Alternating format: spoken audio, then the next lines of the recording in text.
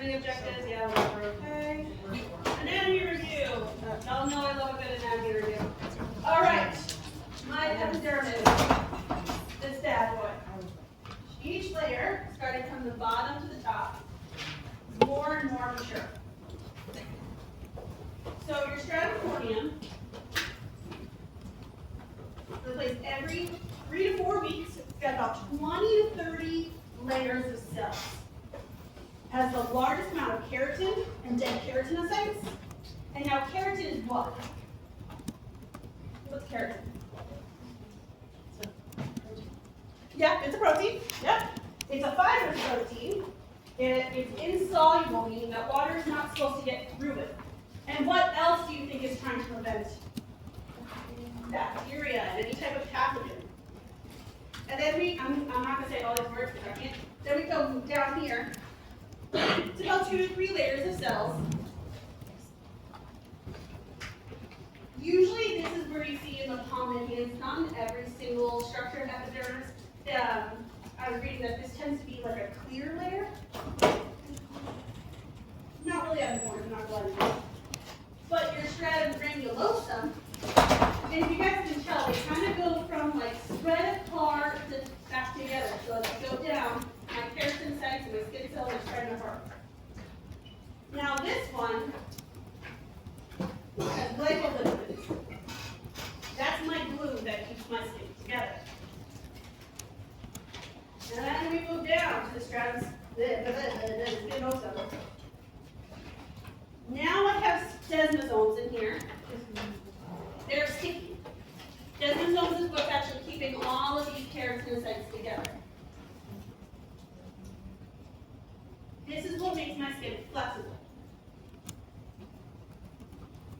And then my last stratum basal, or the other word I read in your book was germinativum, whatever. Germinal membrane, right? This is where your new skin develops. These are your babies, right? These are my older adults. These are my newborns. This is where keratin is produced and matures as we go up. This is also where we hold on to our melanin, or our melanocytes, which produce melanin. And then you have this very thin layer of the basement membrane that's connected to the stratum basal, and it may go into the dermis. Your epidermis is arguably your most important layer of skin. I would argue even the stratum corneum. This is your last line of defense. Yes. So if someone's getting their skin bleached, Yeah. are they going all the way down to that layer, or is it just like? It's probably just these 2 layers. Okay. Unless they're keeping it on for a really long time, but because it's like it doesn't look like when you think of your skin, it doesn't feel like it's that thick. But these layers are really trying to prevent anything from getting in here. And the only time that things get in here or down is if there's a break. Okay. So really they're just bleaching maybe these 2 layers. Alright. So our epidermis is our outermost layer, right? And again, it looks pretty thin, but it's actually pretty thick. Your dermis, this whole bad boy, this is what some people call like your true skin. This is where your sebaceous glands, eccrine glands, nerves, capillaries live. Now, we don't need to get into that, but we're not. And then you have your subcutaneous, which is your fat. I have more stuff right now, but I'm not testing on it, so I think at this point you guys know the skin pretty well. As much as I'm sure you guys would love, but I just asked you 3 questions. Reed ridges. The only thing about this one that I want to point out is that this is the junction between the epidermis and the dermis, and the reed ridges. What do you think these form on the top of your skin? This is what forms your fingerprints.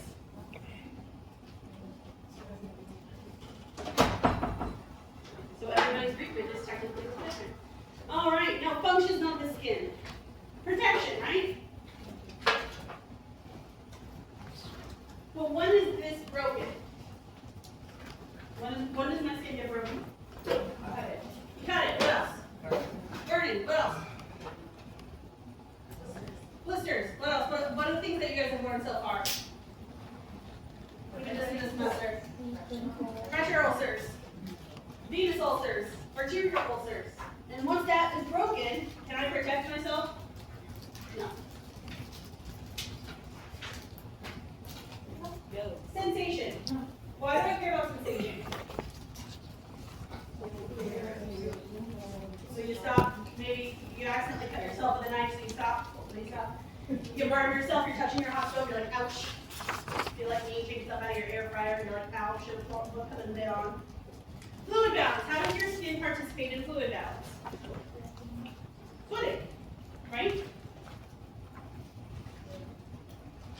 We're talking about temperature regulation in a minute. Vitamin is produced. So was that same shift? D.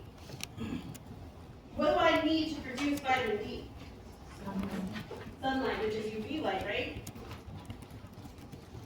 How much sun do you think you need a day? 1 hour. Nope. Close. You need about 5 to 30 minutes of sun twice a week. That's technically all you need. I didn't need your question. I still get mad to my mother to this day because she gave me the bad skin, the very fair skin. My dad had nice ball of Italian skin. That woman could sit out in the sun for about 5 minutes and tan as hell. I just burn and I go straight back to life. So frustrating. Kids. I might be producing vitamin D, but I'm not producing any melanin. Alright. Temperature regulation. So, 3 different series are happening. Radiation, conduction, convection. So you guys know what that is. So, basically what's happening is that as my internal temperature goes up above 98.6, I vasodilate to bring more blood to the surface of my skin so that through these processes, and they're sweating, I'm releasing that heat. And vice versa, if I'm hypothermic, everything constricts, bringing it away from the surface of my skin to keep chunks of blood to my main organs, keeps me as warm as it can, right? Vasodilate, so that it comes close to the surface of the skin, so that you can sweat it out. Rate of heat loss depends on the surface temperature of the skin. So if my skin is cold, but I'm hot on the inside, it's going to mess some things up. How much blood flow do you think it goes to my skin every minute? Take a stab at it. What? I don't have it in percentages, I have it in less. 200. Close. 450 a minute. It goes to your skin. In high heat environments, like if you live in Florida, California, Arizona, you can lose up to 1 liter an hour of sweat. And what happens if I lose too much sweat? What else am I losing? Water, electrolytes. How much sweat is that? Of sweat, 1 liter an hour if you're in high temperature. That's so much. It's a lot. It's a lot. It's a kilogram of weight every hour. Oh, let me. So, cells of my skin. Keratinocytes starts in the bottom, goes up, right? Dead cells have a lot of keratin. Great, love it. Melanocytes, special cells of the epidermis, produce melanin which colors your skin and your hair. Now, the number of melanocytes does not directly correlate with the amount of melanin you produce. When we are exposed to sun, we actually excrete from our hypothalamus something called melanocyte-stimulating hormone. And the reason for that is because darker skin repels the light. Or, I had this so well worded last night, now I'm forgetting how I want to say it. So darker skin doesn't burn as easily like white skin does. So it's a self-protection mechanism that we all have. Which is why even when you get a sunburn, you do still get a little bit of melanin because the skin's trying to protect itself.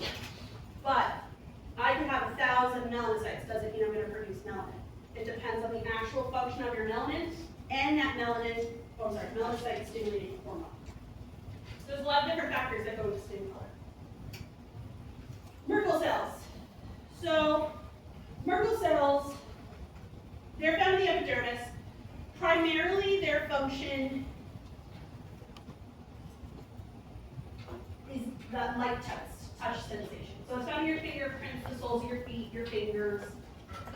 That role is kind of still being now your Langerhans cells, essentially, those are the baddies in your skin that find a pathogen and send it to your immune system and say, hey, get rid of it. I don't want it. All right, hair follicles. Root is in the dermis. Hair grows in 4 stages. Time varies. Your anagen phase, that's your growth phase. Average is 2 to 6 years, but it varies on the person. Then you have your catagen phase, which is about 2 to 3 weeks. But really what's imposed, and what is interesting to me, is the telogen phase, which is your shedding phase, which takes 2 to 3 months. A person typically sheds 100 scalp hairs a day, which I feel like that is less than what I actually do, right? But unless you're sitting there and counting every single hair that you lose, which there is somebody on TikTok who is doing that, and I follow her religiously. She has like a whole thing in her shower, she like has it right there. She like takes it out, she takes it, I don't know. I mean, that hair looks better than mine. Now, unless there's something going on with your root here, the idea is that the hair, once it sheds, will come back. It does recycle. Unless you've got something else going on, like alopecia or something. Now, if I have folliculitis or inflammation, I can still grow hair if it's not damaging the root. If my folliculitis is damaging the root, I can't grow hair. Location. So, beard, head, axillary are your fastest. Bless you. And then hair on your thighs, your legs, your eyebrows, that grows slowly, right? That's why it's a little bit shorter than the rest of it. Melanin within the hair shaft, right? Y'all can't tell because I diet, but I am about 85% gray. I've lost a lot of melanin in my hair. Sorry, Melanie. Endocrine conditions like Cushing's disease or hypothyroidism. Chemoradiation, which is usually reversible, but again, it depends on what's going on. And then autoimmune disorders like lupus or alopecia. We're not going over hair disorders or anything like that today, but it was part of your chapter, so I said, let's talk about it. What did you say? It's usually reversible, but it really depends on the type of chemo and the person. So there's a lot of some. They say a lot of things in your book very like black and white, so it's not very black and white. Nails. Look at my nails when you get them done. So you have your edge of your nail plate, your cuticle. Your nail itself is made of keratin, lots and lots of keratin, and it grows from the root underneath the cuticle. That's why your cuticles are important, because it protects your root. Fingernails grow faster than toenails, fun fact. But it slows with aging. And if I were to tear my nail out, leaf regeneration takes about 6 months. If I tear my toenail out, it takes 18 months.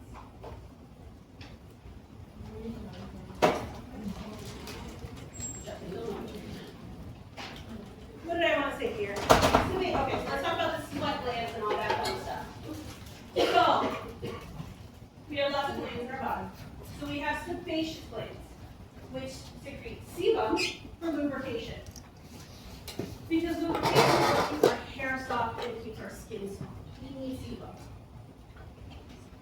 The sebum released in sebaceous glands, those are heavily influenced by your androgens. So they're not very open until puberty. However, it opens up to the skin via a very thin canal. And once it mixes with your normal skin flora, that's what causes body odor. Now your sweat glands, all over your body, heavily in your palms and your feet. So there's two types of sweat glands. Does anybody know what they are? Eccrine and apocrine.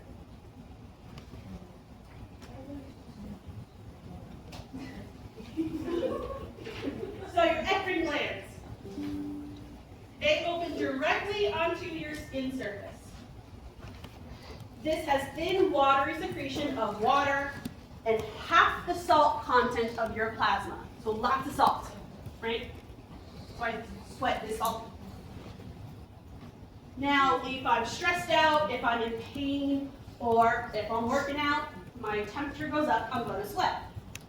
Maybe I'm on hot ones and I'm having like a level 10 hot wings and I'm sweating because I'm stressed out, and also those wings do not even look appetizing. I don't know why people do it. This is important in your thermal regulation. Now your apocrine glands, those are a bit larger. That's in your armpits, your groin, your nipples, anal region, genital region.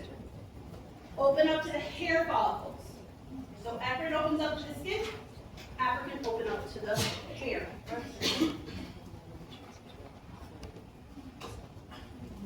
And then as we get older, our dermis thickens. We have decreased thermal thickness, decreased sebum production, decreased collagen, muscle tone, decreased hair growth. My vascular fragility is increased. That's why I'm good just for bleeding and bruising. You might see some visible wrinkles or dryness, maybe some uneven pigmentation. And then we have a thinning juncture between the dermis and epidermis. So we don't have much of an anchor, and that's why skin tears are so common in the elderly. You and me can shift ourselves up in the bed and probably won't cause a skin tear. But when I don't have a strong juncture between the dermis and epidermis, it's going to fall apart. And because of all this fun stuff, specifically the decreased subcutaneous tissue, that's why they're always cold. You need fat to keep things in. I like to call fat your insulation layer. All right. Everybody good with the anatomy?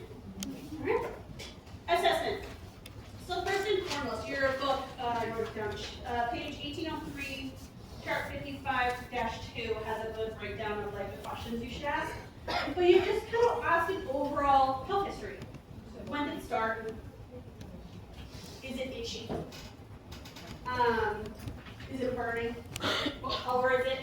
Where is it? Have you used any new products? Does anybody in your family have this issue? I will say, most of the time in the PD office, when kids have an issue that's not explained by like another thing going on, like a fatigue or whatever, it's because like mom and dad switched to a new detergent and the kid's just very sensitive to it. It happens all the time. Any type of skin allergies or skin cancer, and what is your personal history? So, when we say assessing the skin, do I just mean the areas I can see?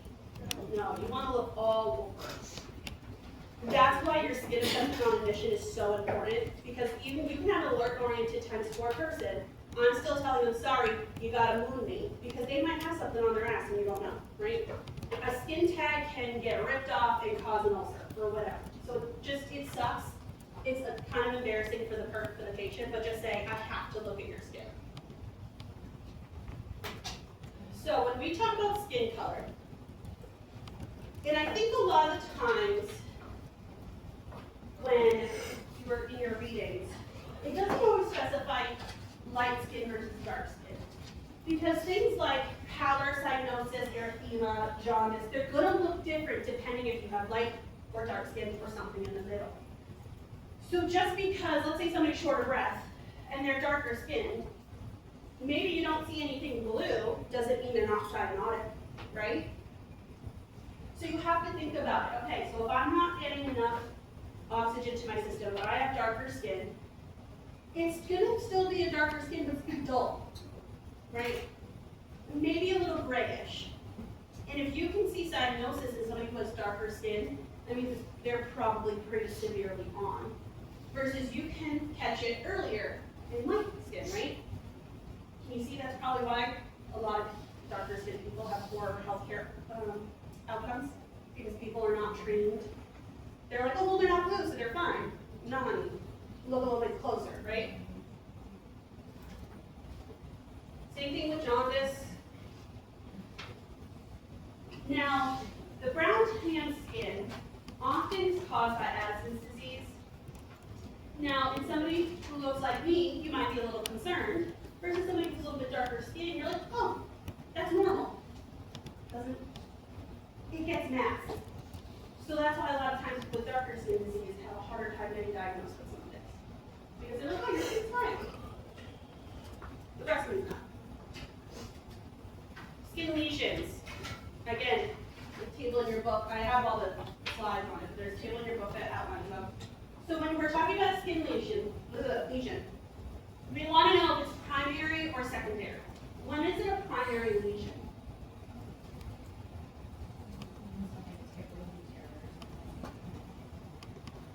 Kinda. So it's when it's if the primary lesion comes from the disease itself. Now, an allergic reaction, I'm kind of behind. A secondary lesion comes from something else. So that's when if you cut yourself, it's causing a secondary lesion. Because I cut myself, it got infected, it became worse, that's a secondary lesion. Versus if I had a venous ulcer, it's coming from my venous insufficiency. That's of the disease process itself.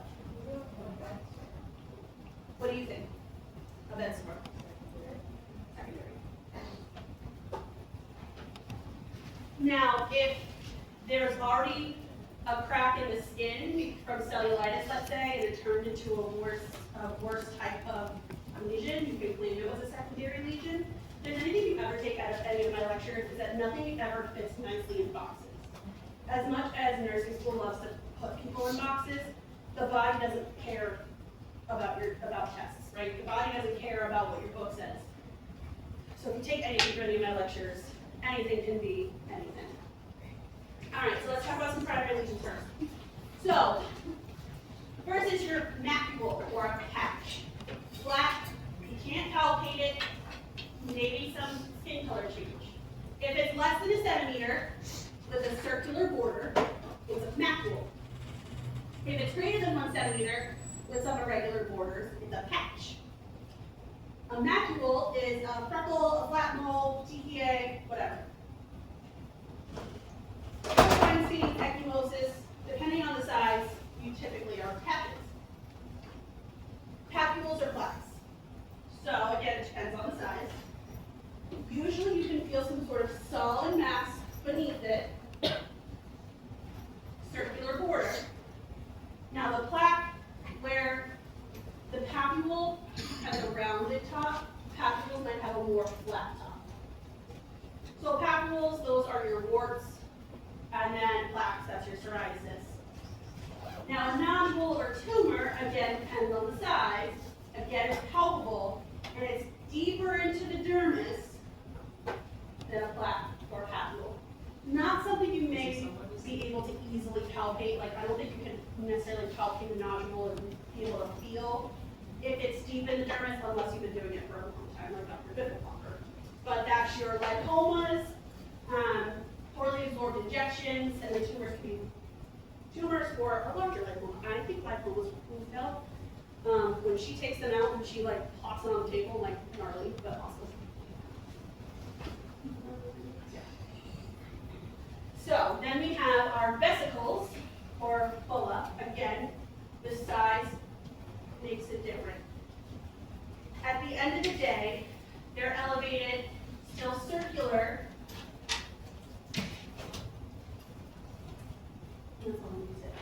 And then your wheel.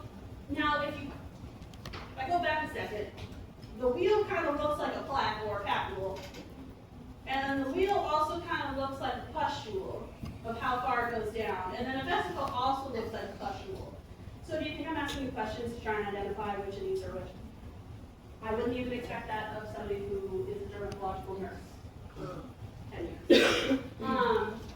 But I will say, vesicles are typically not pus-filled versus your pustule is.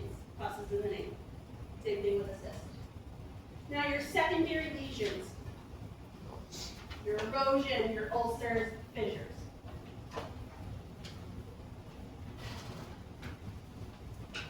Really secondary. Fissures is what you typically see on chapped lips, or when people's feet crack open. They can be very painful. Sometimes they bleed. You guys know about ulcers, know about erosion. Scales, crust, scars, love it. What did I want to say about that? No, I think that's it. Oh, and then keloids, atrophy, lichenification, a lot of big words there. So atrophy is when the skin is atrophying, it's thin, it's dry, it's almost transparent. Keloid is when your scar, after it heals, it just continues to build scar tissue.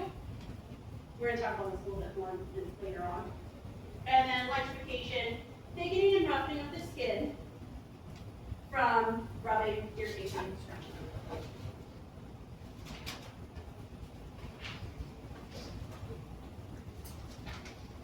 Assessing vascularity and hydration.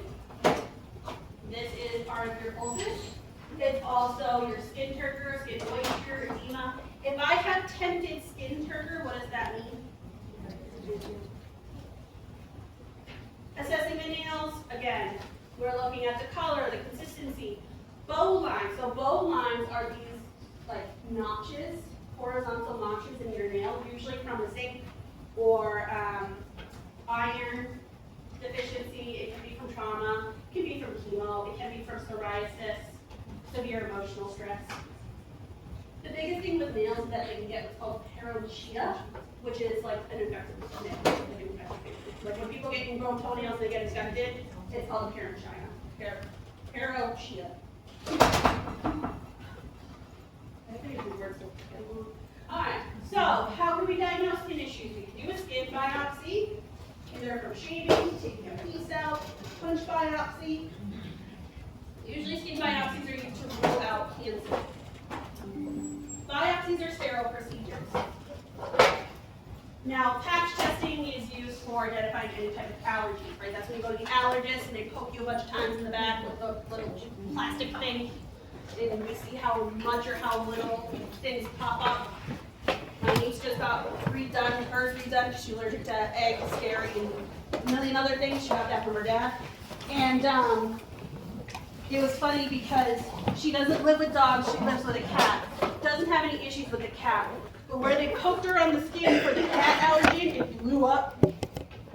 Not so much a softball, but not so much a ping pong ball either. And the dog there was like nothing. And I said, what? Whatever. Skin scrapings from fungal lesions. And then we can do a whatever that is. And what that does is we take a cell from the base of a blister to see if it's viral or if it is bacterial or whatever. A potassium hydroxide test is we take those skin scrapings, put a little bit of potassium hydroxide on it, and it produces those like red-like filaments. Now it's fungal. We're going to talk about blood light in a second. Dioscopy is when I take a black slide and I press it on whatever lesion to see if it planches or not, and to see if it's painful or not.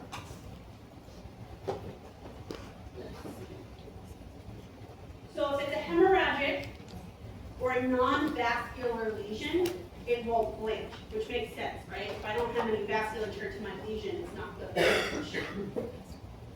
But if it's an inflammatory lesion, it will blanch. Now, wood light is essentially when we turn out all the lights, use UV light to look for different colors on the skin. We can see ringworm, any type of yeast infection, bacterial infections, any type of hyperpigmentation disorders. We can even use, when I was in nursing school, we did this test where they put like basically like bacterial whatever on our fingers. We had to wash our hands. And then they did a blood lights examination to show us how well we washed our hands. Let me tell you, some people did not wash their hands well. Now, if somebody is darker skin tone, it's not going to be as accurate as somebody who's lighter skin tone. If you are wearing makeup, deodorants, deodorant can give you a false positive. Skincare. How many of you out there, when you're on TikTok, YouTube, whatever it is you guys are using these days, you see somebody who has like a 30-step skincare routine? You don't need to do all that. The American Academy of Dermatology says that in your 20s and 30s, you just need a mild skin cleanser twice a day, in the morning and at night. In the morning, you can put on a vitamin C serum, and then at night you put on a retinoid serum. That's it. So when I see like fresh in college students with like 30 steps of their skincare routine, I say as long as if their dermatologist telling them that, great. If not, they're actually probably doing more harm than good on their skin. And at a certain point, you can only have so many layers of stuff on your skin before it's kind of like, is that even getting where it needs to go?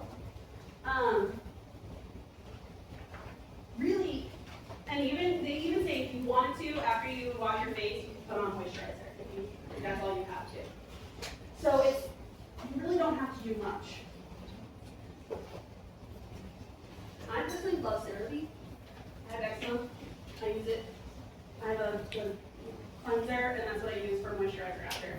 And now they make a lot of moisturizers with the SPF, the sunscreen in it, because that's the other thing the American Academy of Dermatology says, that if you don't want to put anything on your face besides sunscreen, for the love of God, put on sunscreen. That's going to do more for your skin than a moisturizer, a retinol, or a vitamin C serum. But that's why in that health history part, it's important to ask, what do you put on your skin? Does anybody here watch The Pit?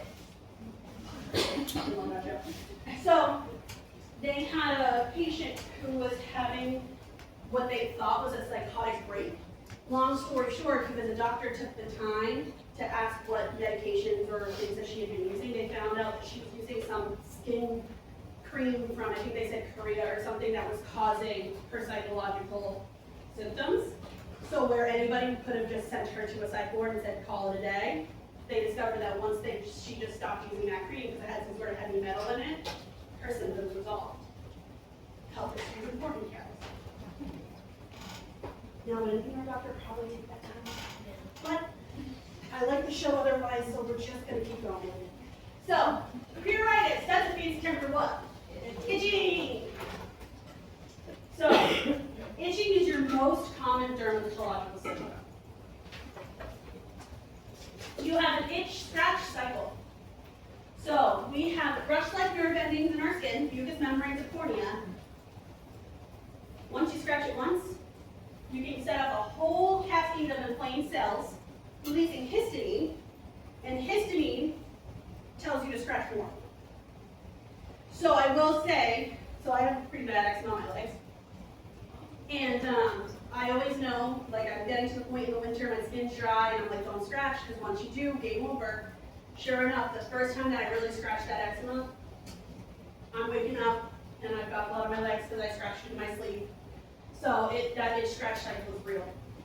Right? Have you ever like rubbed your eye or you're scratching your nose, whatever, and it's like you just can't stop itching? Itch scratch cycle. So now you can have essential pruritus, which is just itching without a rash or a lesion, with a rapid onset, but it might be so severe that it interferes with daily activities. Now, what might cause an essential pruritus? There's no rash or lesions, I'm just itching. When you tell someone something gross. Yeah, like when we talk about lice in a little bit, I bet half of you are going to start scratching your heads, right? It can be a psychological thing. What skin disorder did we talk about in the semester that you're just scratching until your skin starts to pick off? Right? Here. Yeah, one of those easy ones, yeah. which is psychogenic. So, sometimes it can be your first indication of an internal systemic disease. What do you think might cause some sort of itching that you don't see on the outside? Allergy, sure. Liver. Why? Because if I don't have a good liver, what's building up? Bilirubin, toxins, same thing with kidney disease. Sometimes diabetes can cause itching. Some sort of cancers, thyroid disease. Itching is usually worse at night. Why?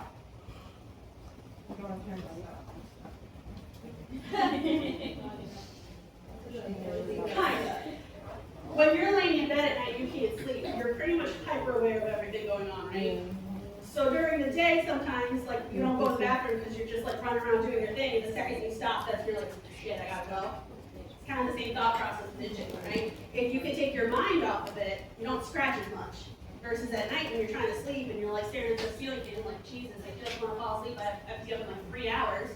That's when you know you're going to start scratching. So how many things to scratch yourself? Stretch marks are, that comes from rapid stretching of the skin. What identifies rapid? Because it's crazy. Weight gain. I know people that have developed stretch marks on their breasts because they developed breasts very quickly. So the skin didn't have time to accommodate for the growth. So it got stretch marks.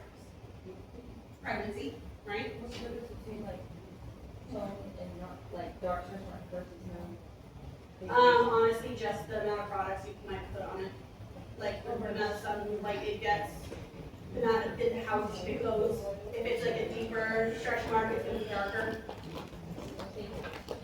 Now, if I'm itchy, the first thing I need to do is figure out why, right? And then I need to avoid washing my hands with hard soap and hot water. How many of you, when you're in the hospitals, you just say to yourself, I can't wash my hands with hand sanitizer one more time because my hands are so raw, right? Tepid, not hot baths, not cold baths, with bland cream, lotion, or oils. Maybe you can do a menthol cool compress. You could do, I love the cortisone 10 cream, or a capsaicin cream. I feel like I heard a dermatologist say one time that a Benadryl cream is really not going to do anything for you, but try it. And then oral antihistamines or SSRIs if it's a psychogenic cause. Now, patient education. Blot, do not rub with your towel when you're drying. Because when you're drying with your towel and you're going like this, you're itching, right? And you're going to trigger this itch scratch cycle. So blot, especially between the skin folds. Keep your room cool and humidify. Keep your nails trimmed. If you keep your nails trimmed, you can't really do too much damage. Shake off excessive water. I know that sounds weird, but it works. And reduce sweating if possible, but I mean, if you're hot, you're hot. Now, if I'm itching in my butt, it's probably because I didn't wipe well. So, you have small fecal particles and crevices or attached to any type of anal hairs. Maybe you have a skin damage, you have hemorrhoids, you have an infection, maybe you got some pinworms. What's that? Pinworms? There are worms that come up bubbles. Why? Maybe something else. Maybe something else. No, what I'm saying like it's parasitic. Like Yeah, it's a parasite. Yeah. Sometimes when kids come in the pee office with unexplained diarrhea, we test them for ova and parasites, but if we don't want to wait for them to poop in a cup, we tell parents at night, put a piece of tape over their butt, and if there's, means they got butt burns. And that's why they're scratching the butt. Now, management, proper hygiene, use a wipe. Just wipe the butthole better, that's the rinse the area with lukewarm water and blot dry with cotton balls. Get it a day, right? Why not? I don't know if I can use cotton balls, but I feel like the cotton might come off the cotton balls. But to each their own. Whatever you do with your butthole, that's your choice. Avoid butt, hey, but do you really want to wipe your butt with a baby wipe and just like throw it away? I can't flush it. I think you're supposed to do shit.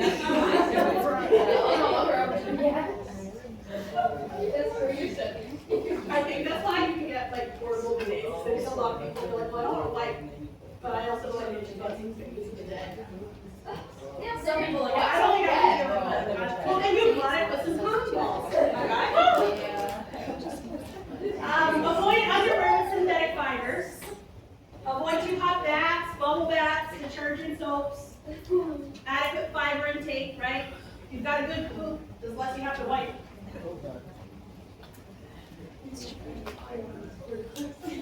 Alright. Who's heard of HS? What? Few of you? So, this is also called acne inversa, is chronic pus-filled folliculitis of the perianal, axillary, and general areas, and even under your breast. They might start as firm pea-sized nodules, but eventually they become deeper and deeper and rupture, causing scars, often keloid scars. And sometimes they can even form bridges where the nodules actually form into one. It's a very painful disorder. Is this one like the hair stuff can like grow on the nodules and stuff, and it's just like. Yeah, sometimes they start as ingrown hairs. Yeah.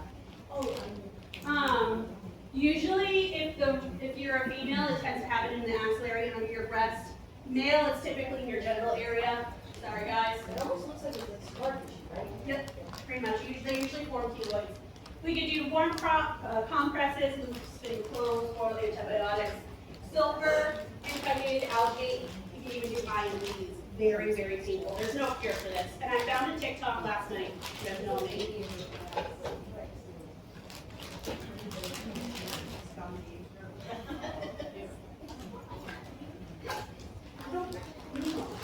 Not a robot. No.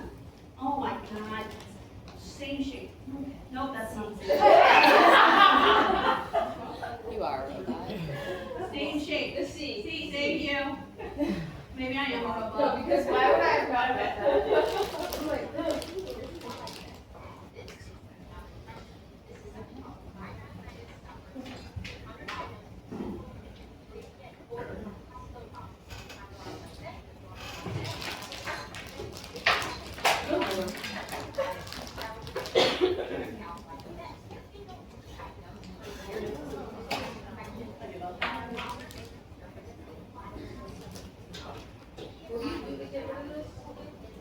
I'll tell you.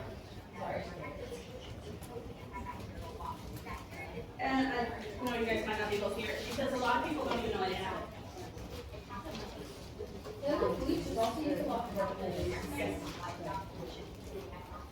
That's why if people are ever allergic to whatever linen you have in the hospital, that's why it's bleach cleans linen because it kills any type of allergens that are in there. However, doing a bleach bath, I would not do unless the provider tells me to do it first. That's not something that I would just do. Please stop smoking.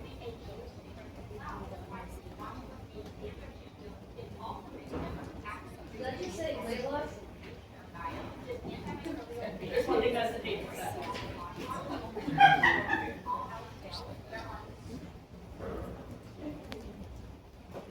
Get you a laser.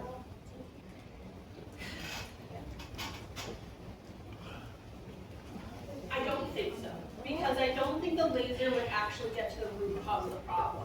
Now, if you did laser to remove hair, it might limit the amount of, it might limit your risk of developing another one if it's coming from an ingrown hair. But the issue is actually, it's bacterial. That's why the number one treatment is actually washing with Hibiclens, which is just chlorhexidine. So I do have some pictures. So this is what it looks like. And how many times have you seen something like this on a patient? You really didn't think much of it, right? And it's kind of hard to see in this one, but you can see that this one kind of ruptured. There's one, and then you can see these two. You know how it's red here, it's red all the way here. This one's starting to form a tunnel. And this is one of those keloid type scars that comes afterwards. So like, what if this was caused from ingrown hair and now that like scar tissue and stuff is so thick around it, like is there ever a point where you have to like cut into it to, Yeah. A lot of people, especially if it gets like bad, they'll go to their dermatologist and get an IND to treat it.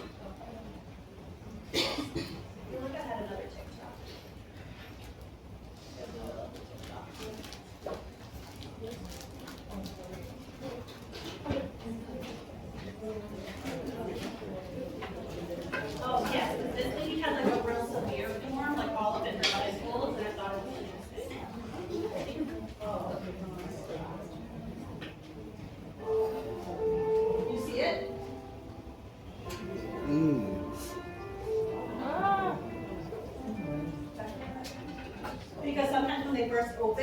they just don't ever close, and it just creates skin ulcers. Very common in those with skin folds. It's very painful, very, very painful. Yeah. It's like especially the ones that are like in your thighs, like these ones, especially when your thighs are rubbing together, it's just constant soreness. All right, seborrheic dermatitis. Chronic inflammatory disease of areas with a large number of sebaceous glands or large skin folds. It hasn't been essentially proven, but scientists believe it comes from just basically a normal skin reaction to normal yeast flora on our skins when it mixes with your oils. No cure, we just need to control the disorder. Cotton swabs around the eyes, maybe shampoo to kind of keep the skin nice and moist. Aeration of the skin. So a lot of times they'll tell patients to air dry after a shower.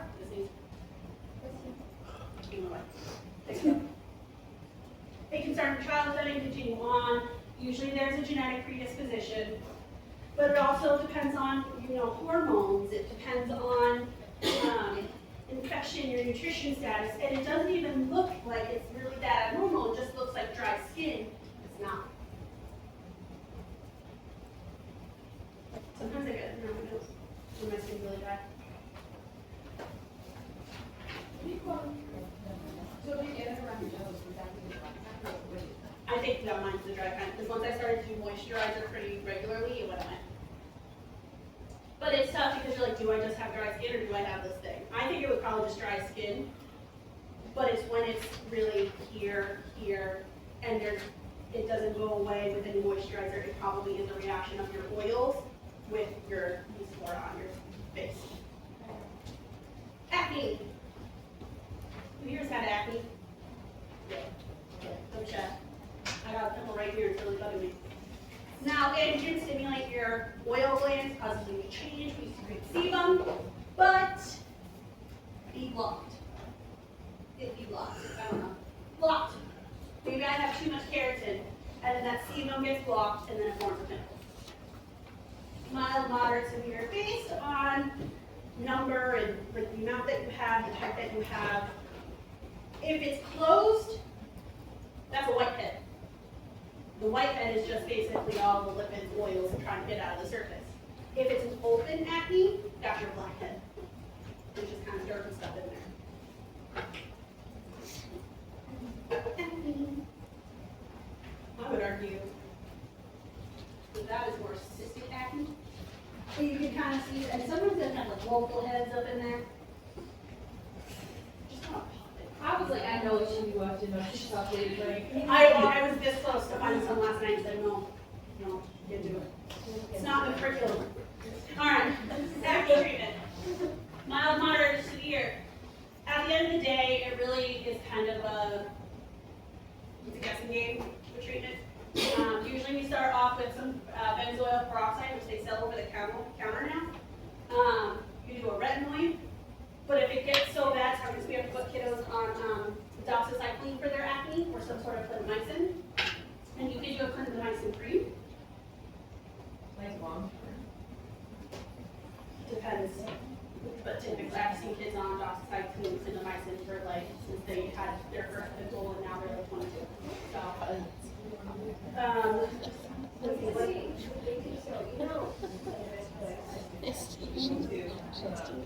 So, yes. Depends on, it would depend on if it's very that severe. I don't think a pediatrician would give a kid aldactone, but a dermatologist might if the acne is that horrible. I don't know. I asked me to get on phenolactone actually for their acne. It's not common. Yeah, it's not common in kiddos, but I think it's one of those that they have to fail a lot of these trials first. Before they'll put them on phenolactone. The goal is obviously to decrease the oil, decrease the colonies, try to minimize any scarring. Technically, you're not supposed to pop your pimples, right? That's going to create scars. Now, benzoyl peroxide, what this does is it has a rapid and sustained reduction in inflammation. That's what clears the plugs and helps the acne go away without having to pop it. I love this trick. I don't know how to do the same thing. I told you. It's very simple. Now, it does have a slight antibacterial effect. Initially, it might cause some scaling and redness, but you can educate the patient that eventually that's going to go away. Now, retinoids, that's your vitamin A. That clears any keratin plugs, but symptoms might actually get worse in early weeks. You might have a little bit of redness, healing. So this is when you kind of need to have some better skincare because you might not even see improvement for 8 to 12 weeks. So you're really putting your trust in that vitamin A serum. We talked about clindamycin, we talked about that. Azelaic acid.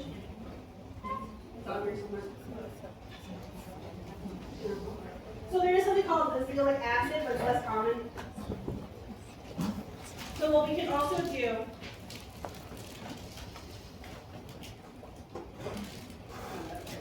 What about Accutane? Accutane you can do, yep. We can do LED UV lights for mild to moderate, but it's time consuming. It's twice a day for 30 to 60 minutes, not 30, for 5 weeks. You self-administer at home. You know, they have those wands now that you can buy, those masks that emit the light. But it's like how well it works, they don't really know. And then you can do surgical management, right? You poke it, squeeze it. Dermabrasion, which is when you're like shaving your skin to try and get those keratin plugs from forming. Corticosteroid injections if it gets that bad. What about the red lights? I think that's the same, kind of the same thought process there. They don't really know if that actually works well or not. Well, they marketed it. Red light market as I mean. There's a lot of things out there on the market that don't have a lot of. So, nursing management, monitoring and managing potential complications, proper skin care. We want to prevent scarring, that's our ultimate goal. Patient education. If you discontinue your treatment, you might have more flare-ups, and it might even become deeper. Don't squeeze pimples, people. Don't squeeze them. Nope, not if you do your treatments, it unblocks them. Wash skin with mild soap and water twice a day. And don't rub your face. Just a nice little gentle with your fingertips, right? Wearing tight collars. What about masks needed during COVID? Lord knows I did. And really a lot of it is reassurance, especially in the younger kiddos. You can always get it lasered. Facials have done amazing things for acne treatment.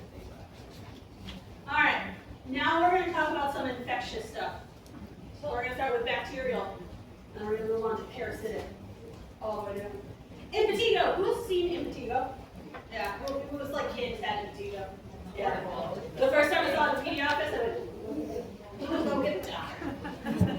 It's a superficial infection, usually caused by staph or multiple bacteria. It starts as like these small, I hate that this picture is blurry, like small red macules, and then becomes thin walled vesicles that rupture, and you get this like honey crust. 30% of the time you get something called a bullae rupture, leaving raw red areas. Now bullae are large fluid-filled blisters. Hopefully the kiddos aren't popping them, but I mean, you try to tell a kid to not scratch their face. They're gonna do it. You could have a non-bullaeous, which is more common. It is contagious until when? Until it's completely crusted over. I want to write that down. Contagious until it's crusted over. I hate that these pictures are coming out blurry. I can double check the movement. They're not for us. Oh, good. Thank God. Well, So that's nice little honey crust. So If they scratch the crust off, leave it open again, it's still continues. But if they peel the crust off and there's nothing underneath, no. Usually once it's completely crusted over, they don't want to like scratch off, but I like to tell parents like, if you want to be on the safe side, do 24 hours once it's crusted over. But technically, no, they're not contagious once it's crusted. Now, do you think we need to put these kiddos on any type of special precautions to not spread it? Anyone do? Hand washing? Warm No water. school? No school? No water? Am I, like, let's say you're in PD unit at Boston Children's, and you have a kid out in Montego. Are you gowning up, gloving up, masking up? Yes. You should be gloving up. Just standard precautions. Yeah. It's not a droplet disease, it's not an airborne disease. You could argue contact, but really what is contact? Just making sure you're wearing gloves and you're not touching them and then touching yourself. Now, if I had 2 kiddos in the house, yeah, I'm keeping them apart, but they don't have to be in separate rooms. Like, it's not like one of those things that if they're just playing at the same table, I have to worry about a droplet hitting them. I have to worry about if they're going to be sharing a face towel, sharing any clothes, touching the same things. So would you say it's Standard precautions. Yeah. I actually Googled that because I said, well, if they were in the hospital, would it be contact? And it just said standard precautions. So what if the lesions If the lesions were open and I was in a hospital setting, I would take it upon myself to do contact. so it's kind of like Yeah. The main thing, because a lot of times when kiddos have this, they are at home. So the main thing is just don't share towels, wash the towels in warm water, and just make sure that the kiddos aren't playing patty cake after they've been touching their face. Right? Hand, foot, mouth, yeah.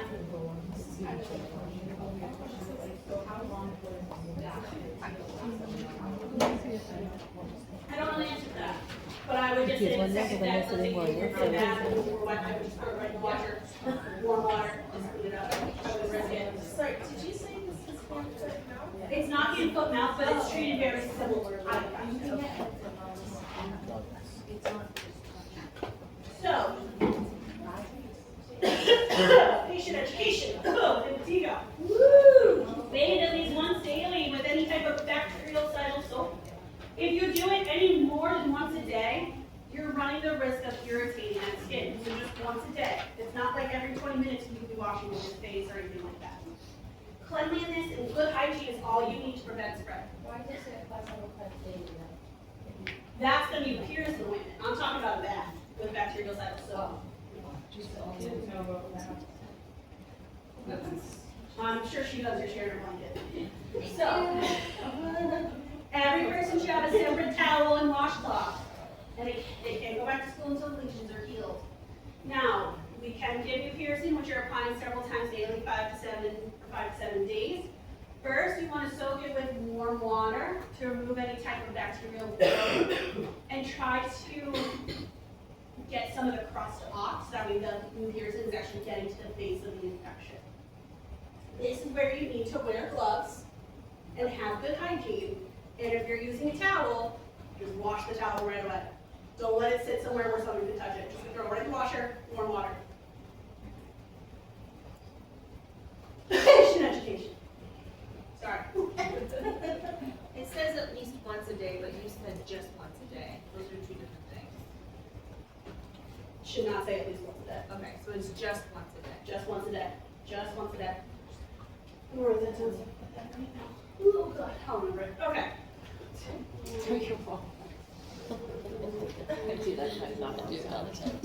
Alright. Folliculitis, vertical carbuncles. I love these names. Folliculitis can be from anything. You can have single or multiple. And if you're close to the hair follicle itself. Vertical, which is just a fancy word for a boil. Acute inflammation from deep down in the follicle, more closely into the epidermis. Your folliculitis is more closely to the epidermis. Starts a small, raised, painful bump and then it turns into a deep purple. Those can be painful.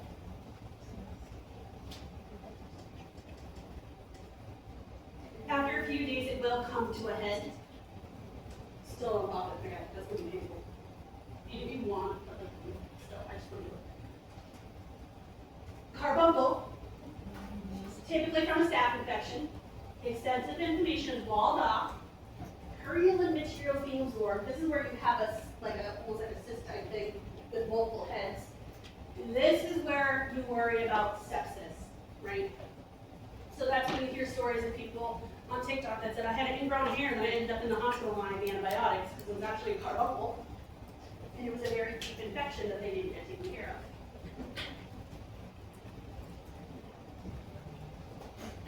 A vertical can turn into a carbuncle. What? A vertical can turn into a carbuncle.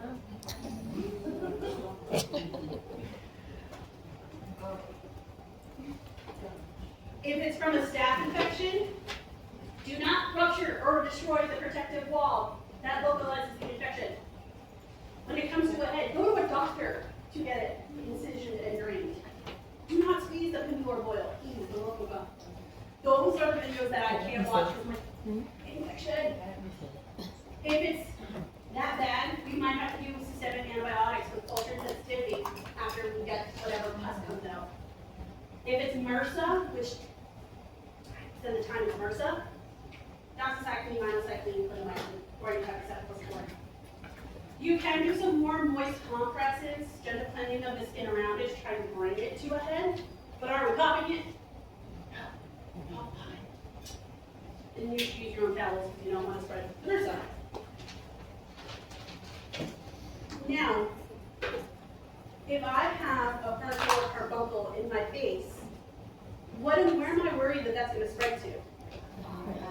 My sinuses and my eyes, and if something's in my sinuses, where else can it lead? Here. Brain. This is for the carbuncle. And verticals. So it's even more important that if they have these on their face, that they don't pop it, because they can make the infection worse.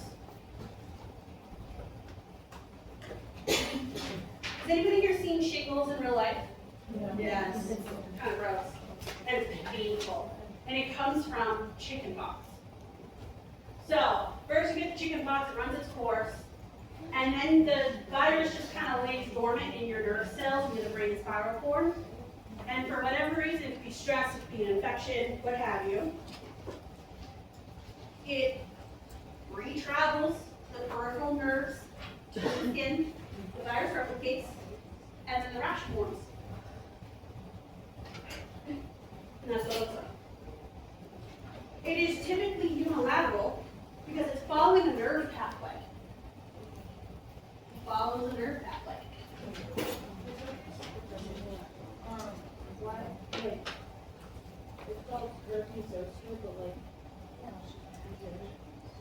Yeah, it's in the family. It's in the same family. Chickenpox is technically herpes, also a form of a herpes oh, virus. shouldn't those not contagious though, right? Yes. Yes, they are. Yeah, I thought you could only get them if you have Because if these are open, and because if you kind of look at this, easier to see, they are fluid-filled blisters. I think if you don't have chickenpox, you can get chickenpox from sugar. Yes.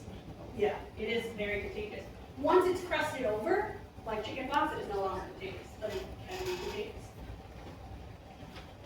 It's why we really do highly recommend the chickenpox vaccine in kiddos, not because we don't want them to get the chickenpox, because if you get chickenpox, you run the risk of getting the shingles later. But if you get the chickenpox vaccine, you have less of a risk of getting shingles.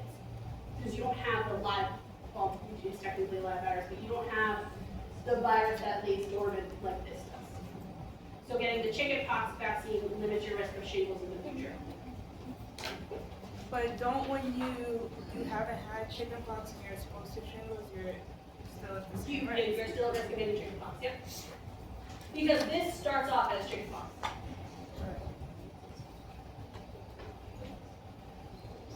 It has increased incidence in those with a weakened immune system. My uncle used to get these injections in his eyes. They're like steroid injections for his eyes, otherwise he was going to go blind from diabetes. And one time he got one, and the stress of it must have triggered his shingles because he developed this afterwards. And it was very painful. He said it was like a burning sensation across the skin. So stress causes it, but it's that bacteria. It's viral. Comes from the chicken pox virus. So it starts in your pre-eruptive phase. So first the virus becomes reactivated within the spinal cord. You feel some itching, tingling, or pain over that nerve pathway. Those dermatomes that's in your skin. Those are the nerves in your skin. And then in 10 to 15 days, that's when you get unilateral patch and red areas, and you get clear vesicles that become cloudy, and they rupture and crust. That's when it's the most painful. And it's painful because they're sitting on nerve pathways. Nerve pain is painful.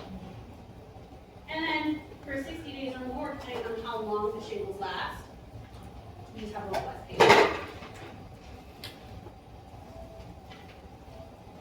So what we can do, obviously our goal is to minimize pain, reduce or avoid any complications like infection, scarring, post-herpetic neuralgia.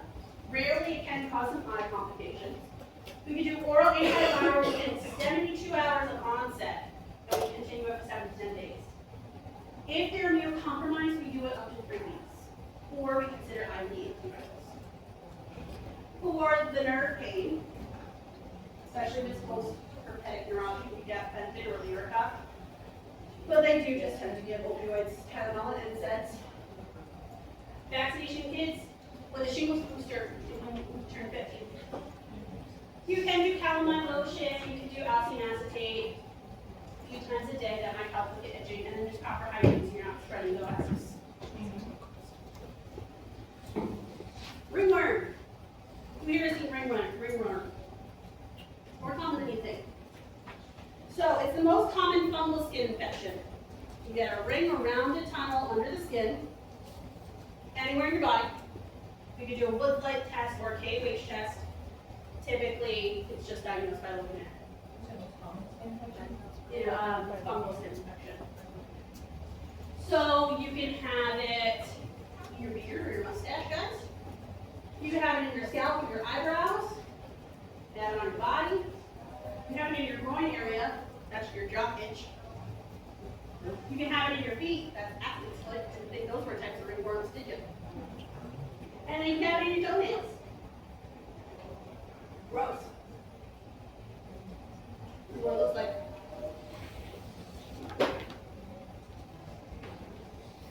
The only thing really we do for it, it depends on the type. Usually some sort of antifungal, or we can give you a special type of shampoo.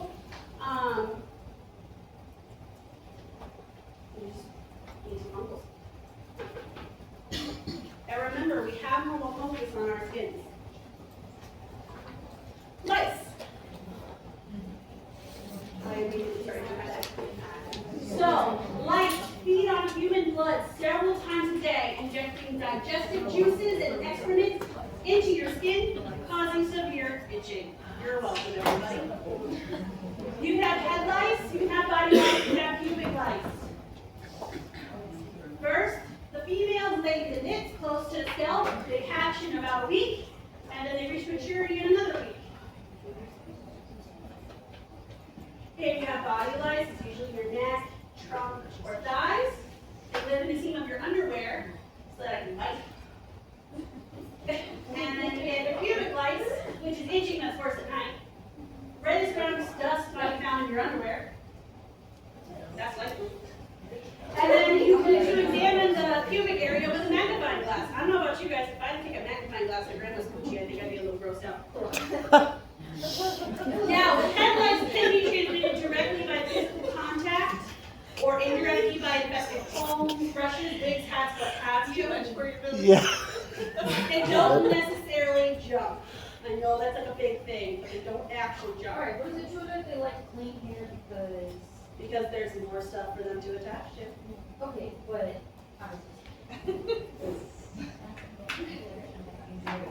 How do they I've not never have seen it? no clean worse than you get off. It's like at school, I when did too. those are mids and the eyelashes as well. You can get rid of your eyelashes. Yeah, That's like, they will crawl over your skin. I was in a elementary school for my pediatric rotation in nursing school, and there was a little girl who got sent home because the teacher noticed the lice were crawling across her forehead. That's sad. And then she started crying because she thought the mom would be mad at her. It was sad. And it was like her second day at that school. So, we can do the over-the-counter shampoo. You need to rinse thoroughly, and then you need to comb with a fine-tooth comb. Because even if you don't kill it all, you might be able to get the lice and the nits out of the hair. And I found this interesting, I actually didn't know this. You should dip the comb in some vinegar to remove anything that's extra. If it's body lice, you got a baby. No need for medication, because patients live on patient's clothing. So as long as you wash it all off, wash your clothes, they should be gone. Maybe you got a shade down there, to each their own. You might have to use some like There's like places that like you don't see that. I don't know what's wrong with The that. nitpicker. If you have lice, they won't take you. No, there's like specific ones that will. Yeah. That's what they specialize in. Well, yeah, usually if they specialize in lice, and then they specialize in thematic. Yeah, that's something wrong there. All clothing, towels, bedding must be washed in hot water. Stuffed animals, hot water. If it cannot be machine washed, and you don't want to wash it in your tub, throw it out. Yeah, you need to deep vacuum your mattresses, your rugs, your couches. Any combs, brushes, helmets, either disinfect it or just throw it out. And all family members, whether they have the lice or not, just treat them. Because what can happen is that you might have those eggs and you're not itchy yet, so you're like, oh no, I'm good, I don't have them. And then they hatch and then you gotta do the whole thing all over again. So just treat everybody. My sister got lice when I was in kindergarten, and I luckily didn't get it, but I still had to get treated for it. And apparently, according to my mom, I said to my sister when I got out of my classroom, next open floor, little 65-year-old lady. Lice does not mean uncleanliness. Very common misconception. Scabies! Now, scabies are typically found in those living in substandard hygienic conditions. It is technically a sexually transmitted parasite. It takes 4 weeks from contact with the first symptom. So if you get exposed, you can spread that all around the cake for 4 weeks before you even know you have it. Depends on how nice it is. Now, during the exam, you take a magnifying glass and a pen light over where it's itching, and you'll see these small raised burrows where the mites are crawling underneath your skin. I freaking love this lecture because probably all you guys start squirming. Now, the burrows might be multiple, they might be wavy, they might be straight. Maybe they're throwing a party and they say, let me make it a little brown, black, red light. You might not always be able to see it. The classic sign is increased itching, especially worse in the evening. It is not the same thing as grass. Yeah. We had a patient come in with this. It is sexually transmitted.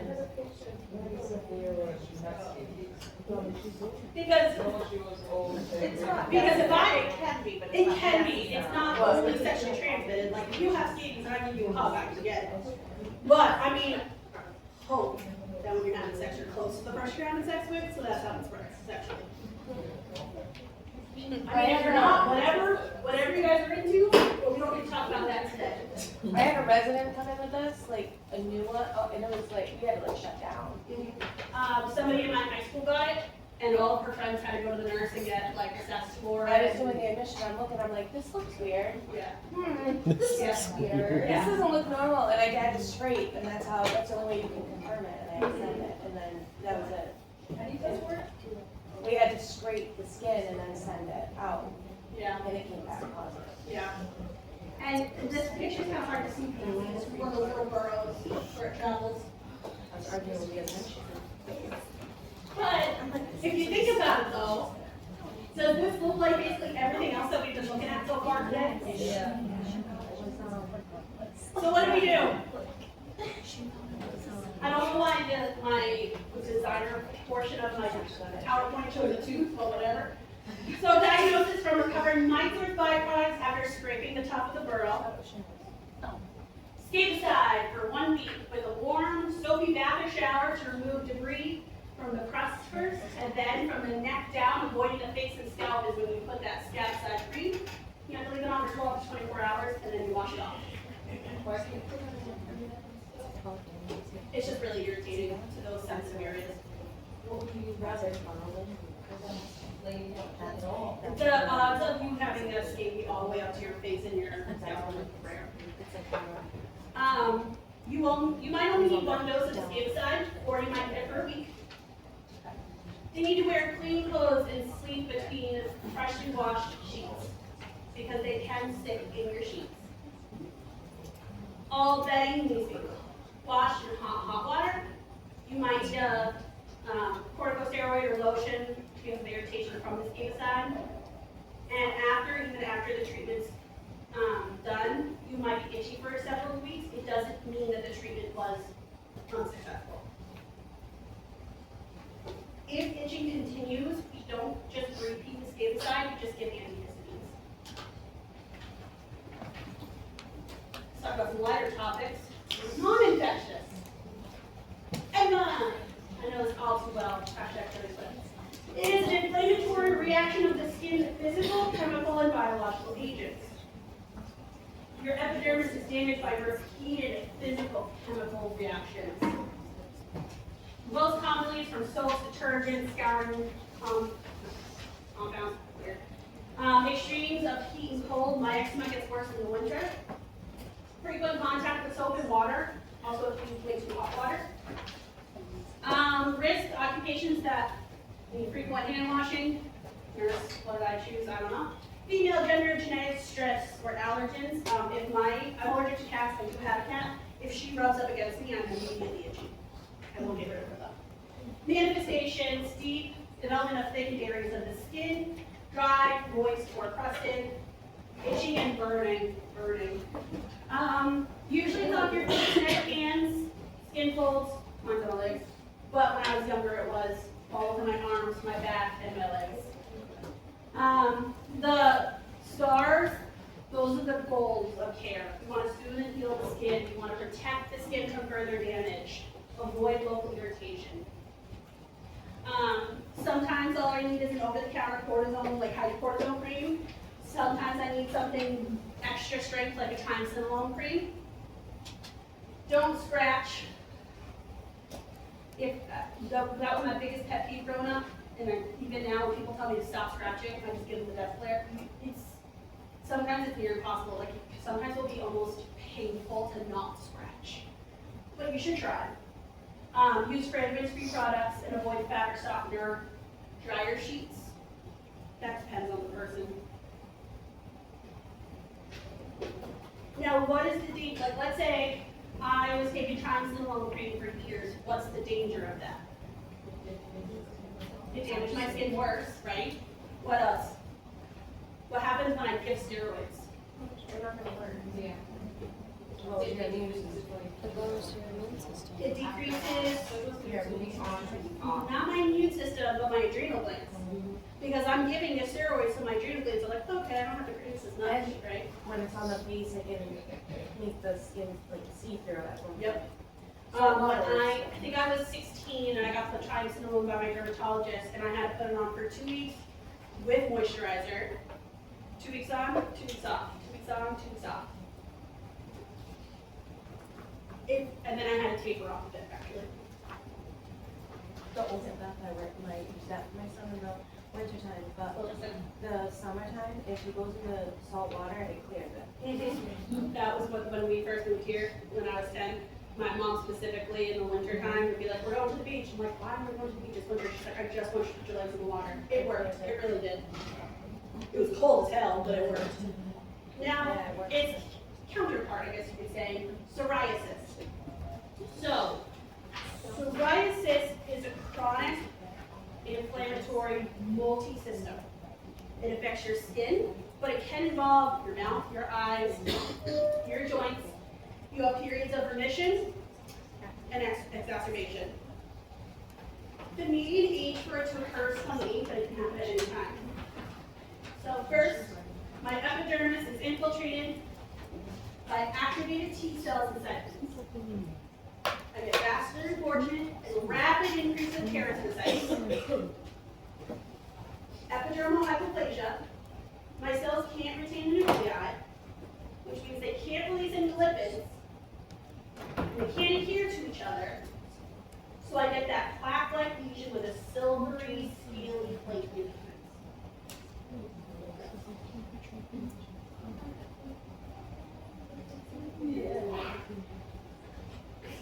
Areas most affected are your elbows, your knees, your scalp, lower back, and butt. Red raised patches. If the patches are removed, you'll have multiple bleeding points and a dark red base. Classification depends on how much it's affecting your body surface area. And complication, you might get asymmetric rheumatoid factor of your joints. It might cause exfoliative dermatitis later on. Sometimes you can have scalp psoriasis only, and that's when people have like really thick, like you think it's dangerous, but it's not, and have to actually sit there with a comb and like really get the plaque off. Now, this can be very bothersome, and this can cause a disturbed body image.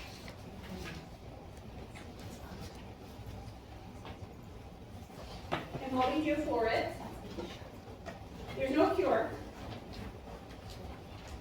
but really we want to slow the turnover of the epidermis, we want to promote lesion resolution, we want to control those cycles. If we can't get rid of them, but maybe we can lengthen between the exacerbations. We can gently remove the scales by bathing in oils, oatmeal, and then you take like a soft brush and you kind of rub them off. And then you do an emulgate cream after. You do topical steroids, 4 weeks on, 4 weeks off. UV light therapy. You can even put some cool tar on there. Methotrexate, cyclosporines.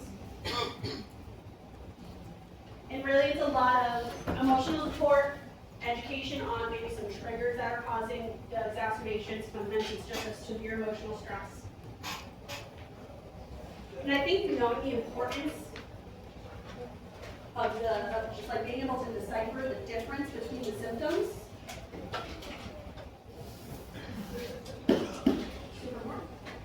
So the biggest difference too is eczema, intensely itchy. Psoriasis, not so much. Eczema, that oozing, scaling, crusty, really just scaling.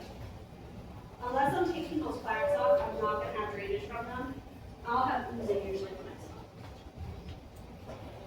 eczema. And eczema tends to occur on flexing skin surfaces, like inside your elbows, inside your knees, versus psoriasis will be on the opposite side.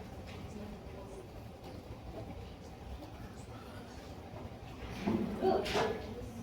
So the type of eczema when like it's like wet eczema. Yeah. What's the treatment for that versus dry? Really, there's no difference. As long as it's not an active infection with the open area, just put topical steroid on it, some moisturizer. I will say something that helps my eczema a lot is actually exfoliation. Really? I get it on like my wrists and I used to get it on my fingers, like just from the moisture when I've done walk through my rings. But Well, so it goes away when So I the- stop wearing it. so that's actually not eczema. That's a fungal infection. Really? Yep. So I have like chronic dermatitis and that's not. It puts you at higher risk for developing those skin reactions to like your apple walk, I'm assuming. Yeah, my dermatologist said it was just like my eczema flaring up from the moisture and I just use like cortisone, but It's like a combination of the two.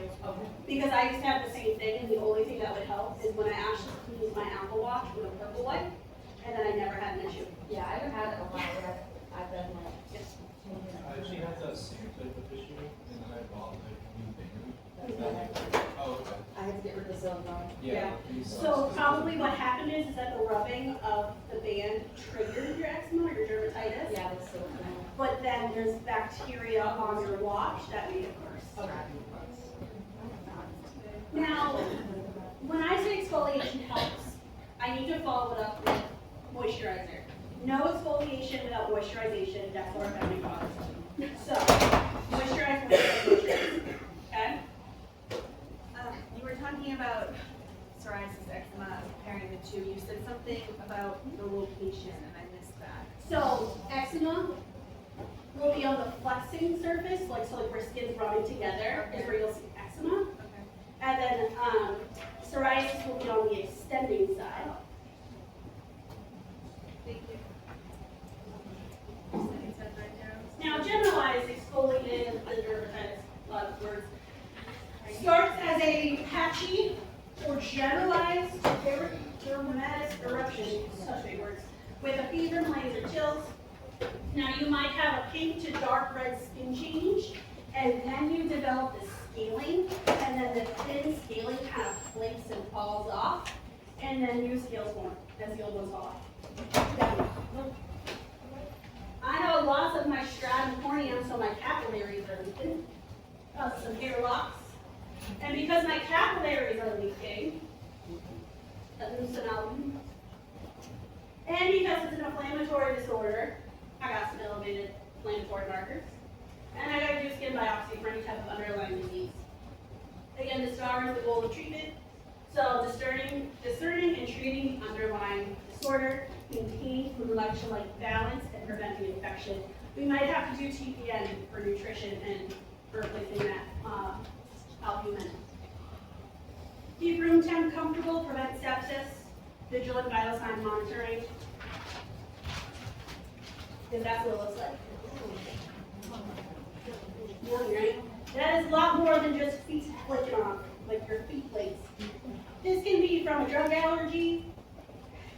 16% of cases have an unknown cause. Is that like Redman syndrome? Hmm? Like Redman? Nope. No, I have the Stephen Johnson's. Yeah. We're gonna talk about that. It's not the same thing. Okay.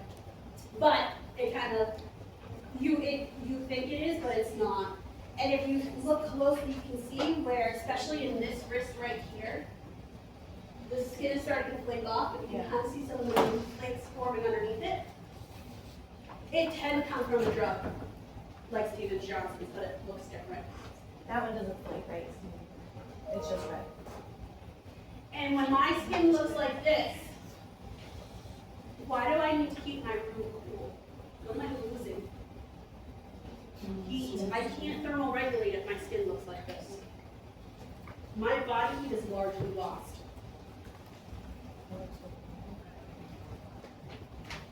So you need to keep the room warm. No, cool, because you don't want it too hot, and you don't want it too cold, because I can't regulate my temperature. So I need to keep it cool. Because if it's too hot, I'm gonna become too hot. Because I can't cool myself down now. But if I keep it too cold, I can't warm myself up. So we need nice and cool. All right, let's talk about some blisters.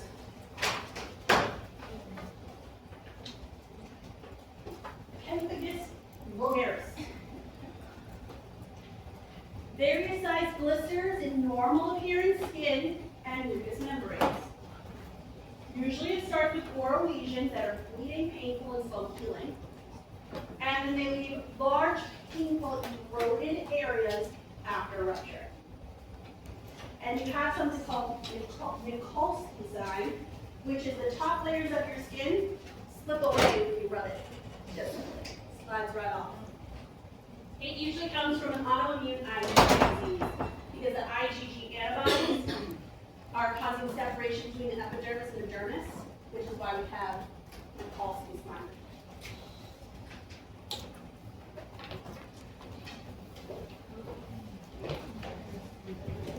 When this pops open and it's oozing, it's not bad. It's real bad. And because it's oozing and it's leaving eroded areas, I'm losing protein, I'm losing food and electrolytes, and I'm at huge risk for sepsis. Again, the stars are goals of treatment: control the disease, prevent any serum loss, prevent infection, promote renewal of new tissue. Usually we need to do either IVIG and immunosuppressants, or one or the other, and corticosteroids. Now, we do IVIG because it stops the Ig antibodies from attacking. Which, I'm not gonna lie, when I first read that, I thought that was like ass backwards, but science. And that's what it looks like. Large eroded areas. You can imagine that kind of become infected real quick. That's what it looks like, you know? Ouch. Bullous pemphigoid, rare, starts as a sore, itchy, raised rash, and then it turns into these large blisters. IgG again is attacking that junction between the dermis and the epidermis, and we need immunosuppressants, tetracycline, or prednisone. It's cyclic and it's chronic. Do not stop these. Again, I'm on TikTok. That's what I do when I can't sleep. Ah.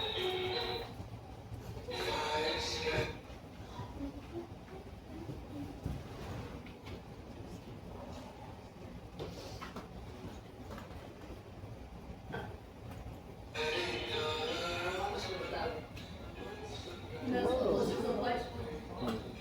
And that's the red raised areas before the blisters. Okay, cool. There it is. There's that separation. Now he had them mostly in his thighs. Do you really picture him walking around with these blisters? That's painful.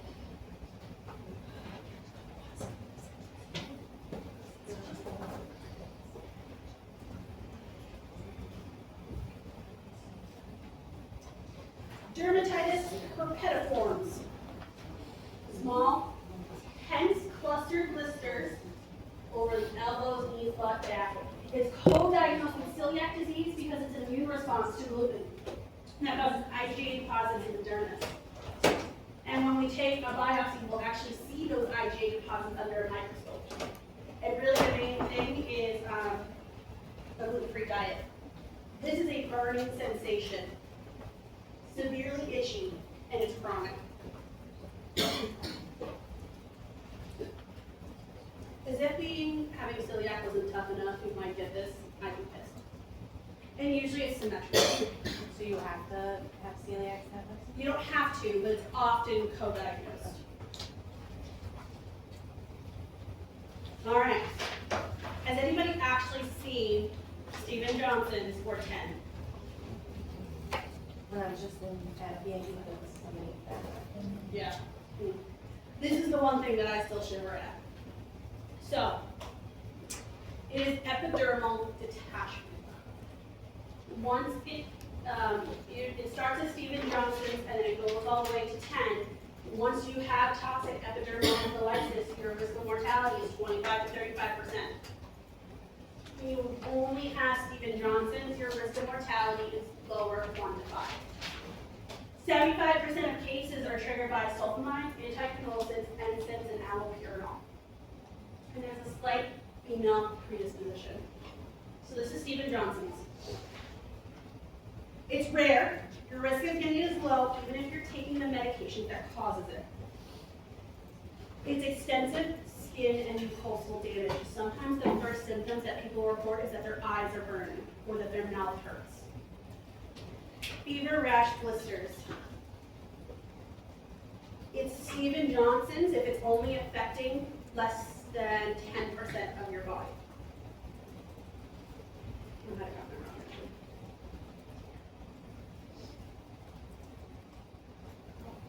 This is 10. Severe form of Steven Johnson syndrome. It is life-threatening. This is diagnosed when it's affecting more than 30% of your total body surface area.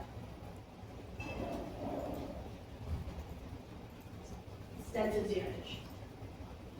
This, when I say it's sloughing off, literally all I have to do is, and I'd probably take that from this skin with me. And all this is exposed skin. This is skin that's sloughing off. And what is this a huge risk for? Infection, what else? Fluid loss, and what comes with fluids? Electrolytes, what else comes with fluid?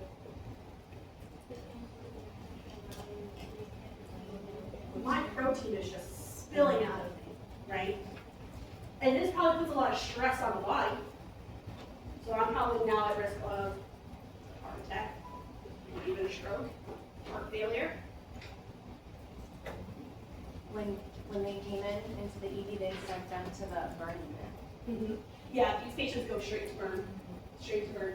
I almost didn't include it in this lecture, included it in burns, but that reminds me, I can say this anyway. So on Wednesday, I have, I forget her last name, her name's Lauren, she comes from the wound center, and she's just gonna do a 45-minute thing on wounds. And I'm gonna ask her to really specify like wound treatments. So I feel like you guys understand wounds, and it's just like, well, what products do I use that's available in the hospital? And it's only for like 45 minutes, and then we'll talk about burns. And if I run out of time, I'll just record whatever's left. But she came last year and boring, but it was still educational. Like she brought like that butt thing that has all different wounds, and afterwards she let people come up and play with it. So it was still a good thing. Can we minimize the recording so? I feel like sometimes when you guys will lose the content in class, it's a lot for us to catch up on with additional recordings outside of class. I don't think I'll run out of time, but. Okay. So, Stephen Johnson said it's less than 10% of your total body surface area. It's an overlap until you hit 30%, and then it's 10. So, because they're on the same spectrum, they have a lot of the same stuff. So, the initial symptoms is conjunctival burning or itching, cutaneous tenderness, fever, cough, sore throat. And then as it gets worse, there's rapid redness, large, flaccid blisters, sheets of shedding skin. Your nails are shedding off, your eyebrows are shedding off, your eyelashes are shedding off. Your skin is excruciatingly tender, and your skin is just weeping. Biggest complication is sepsis and MODS, multi-organ dysfunction, respiratory failure, visual impairment, permanent skin damage, vaginal sores, obviously emotional distress. Now, we can take a fresh lesion, freeze the cells, put under a microscope to look at the detachment and necrosis of the epithelium. That's if we're concerned about Stephen Johnson. If somebody comes in with 10, we know what it is. Hopefully they won't wait that long. If we get a CBC, we'll see leukopenia, thrombocytopenia, and the treatment, again, the stars are the goals of treatment: fluid electrolyte balance, sepsis prevention, discontinue whatever's causing it. Risk versus benefits of steroids. We might have to use some IVIG for skin healing, burn center, and burn parameters, oral and eye care, and whatever skin protection we can provide. What's the IVIG again? IVIG is what promotes that bond between the epidermis and the dermis. All right, so benign skin tumors. Number one is a cyst, because the cyst is still lined with epithelium. Epidermal cysts are common, slow growing, and firm, commonly on the face, neck, upper chest, and back. If we have a pilar cyst, it's right here in the scalp, starts in the middle of a hair follicle. And then the only thing really to do, like you can pop that, sure, but unless you take the sac out, it's just going to refill it with pus. And then you have seborrheic keratosis. So this is still benign. Yeah, with various sizes and colors, usually on your face. It is a skin tumor that can turn malignant. But until it shows signs of malignancies, we're not following up with this. We're really not doing anything with these unless the patient wants to cosmetically take them off. It's benign. We're not doing doing anything with it unless the patient has a cosmetic issue with it.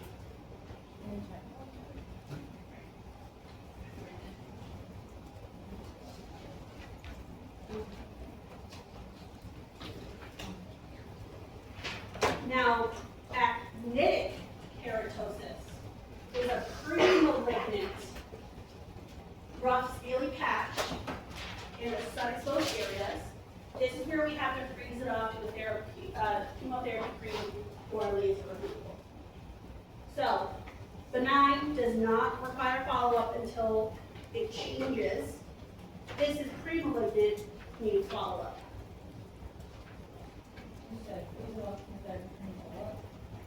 Laser.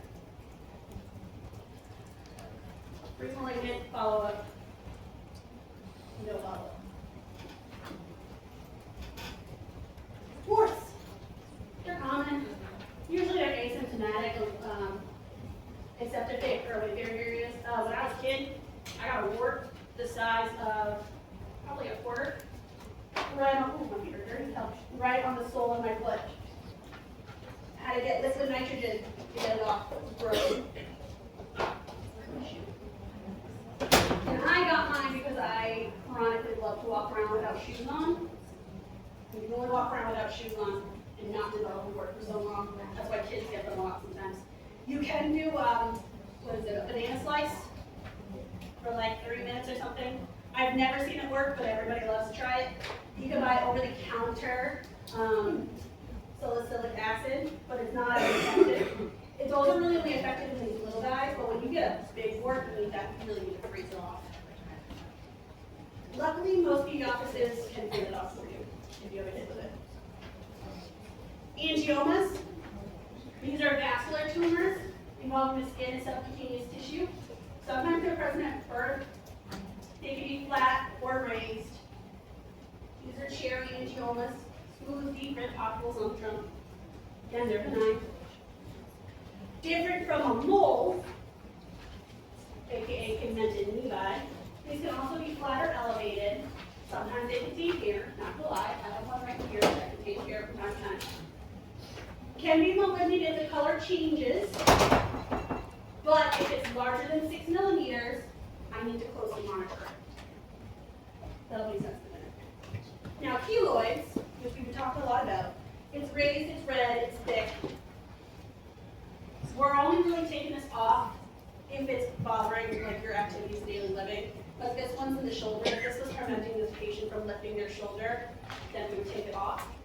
But essentially, it's the scar forms, and where normally, okay, it stops there, in keloids, it keeps forming scar tissue.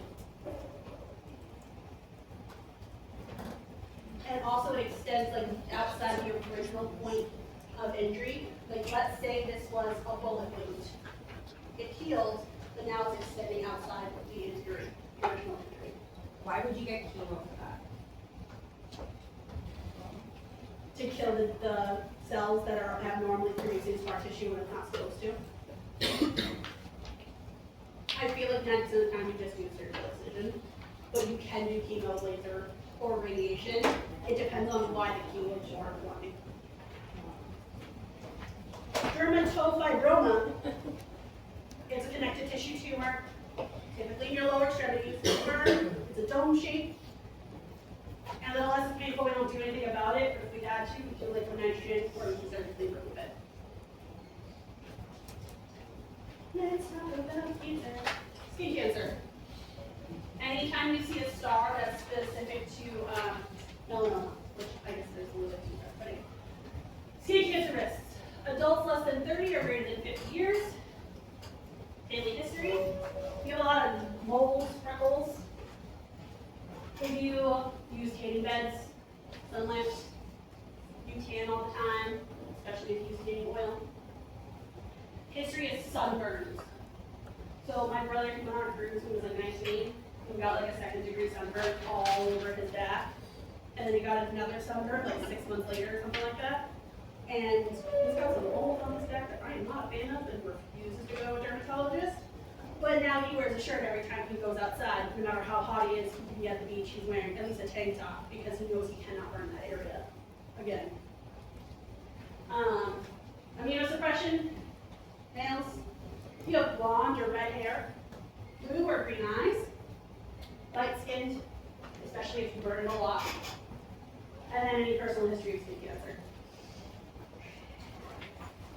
1 in 5 people will get skin cancer by the age of 70. Now, 80% of skin cancers in men and women is basal cell cancer. Luckily, death and mets are rare. It appears mostly on the face, starts as a small waxy nodule with rolled, translucent, pearly borders, has a central ulceration and crusting, and it might be shiny, flat, gray, or yellowish, and typically see some invasion and erosion of surrounding tissues, but again, death and mets are rare. Versus squamous, this is coming from the epidermis. Precursor is the fat actinic keratosis. This is the one that forms next. It's rough, thick, scaly with wide margins, usually on the face, lower lip, ears, nose, forehead. Metastasize, high mortality, low mortality, no mets.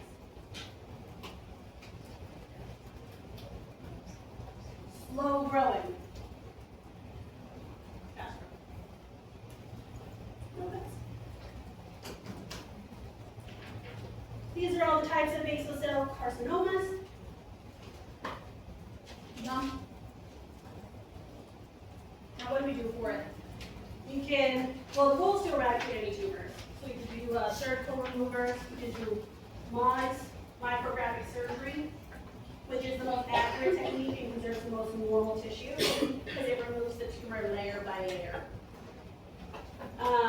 Electrosurgery, which is an electric current, basically cauterize the tumor off. Radiation, photodynamic therapy. I'm not asking you about that. And then topical chemotherapy treatments. Can't say that word. Now melanoma, dark red or blue or both. It's itchy, rapid growing, it bleeds, it ulcers. In women, it's typically found in the lower extremities. In men, shrunken up. Diagnosis by biopsy. And then once it's confirmed, you get a chest x-ray, CBC, all this fun stuff, because we're trying to see if it goes anywhere. Early detection and treatment is key here. And then the stage depends on if there's mets, and it also will determine on how deep it goes. Obviously, the deeper it goes, the closer we get to blood and lymphatic circulation, the higher risk of metastasis.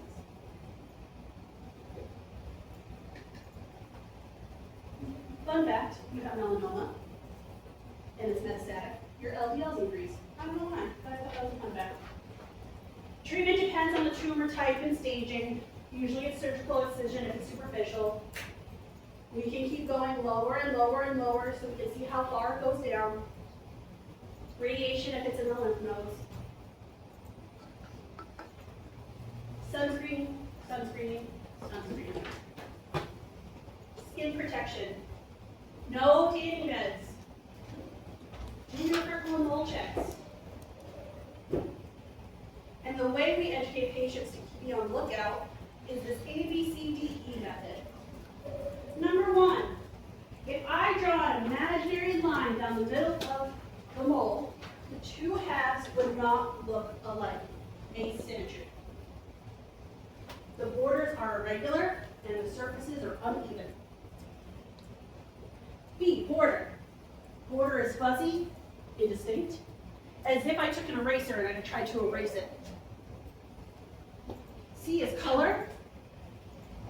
Colors that indicate malignancy, if they're found together within a single lesion, are shades of red, white, and blue. Blue is ominous.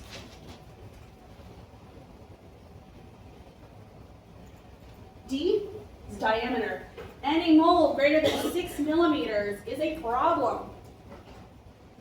That's why we said earlier, if it's greater than 6 millimeters, we need to monitor it. If it's less than 6, and then E is evolving.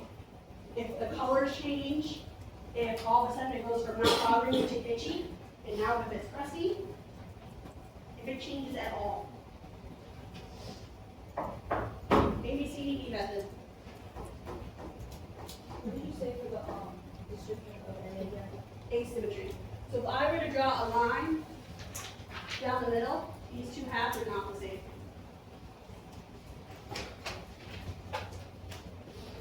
ABCD. Is it that, they say that they have different I think it's because women tend to wear shoes more and men tend to work outside the lecture off. I think it's more.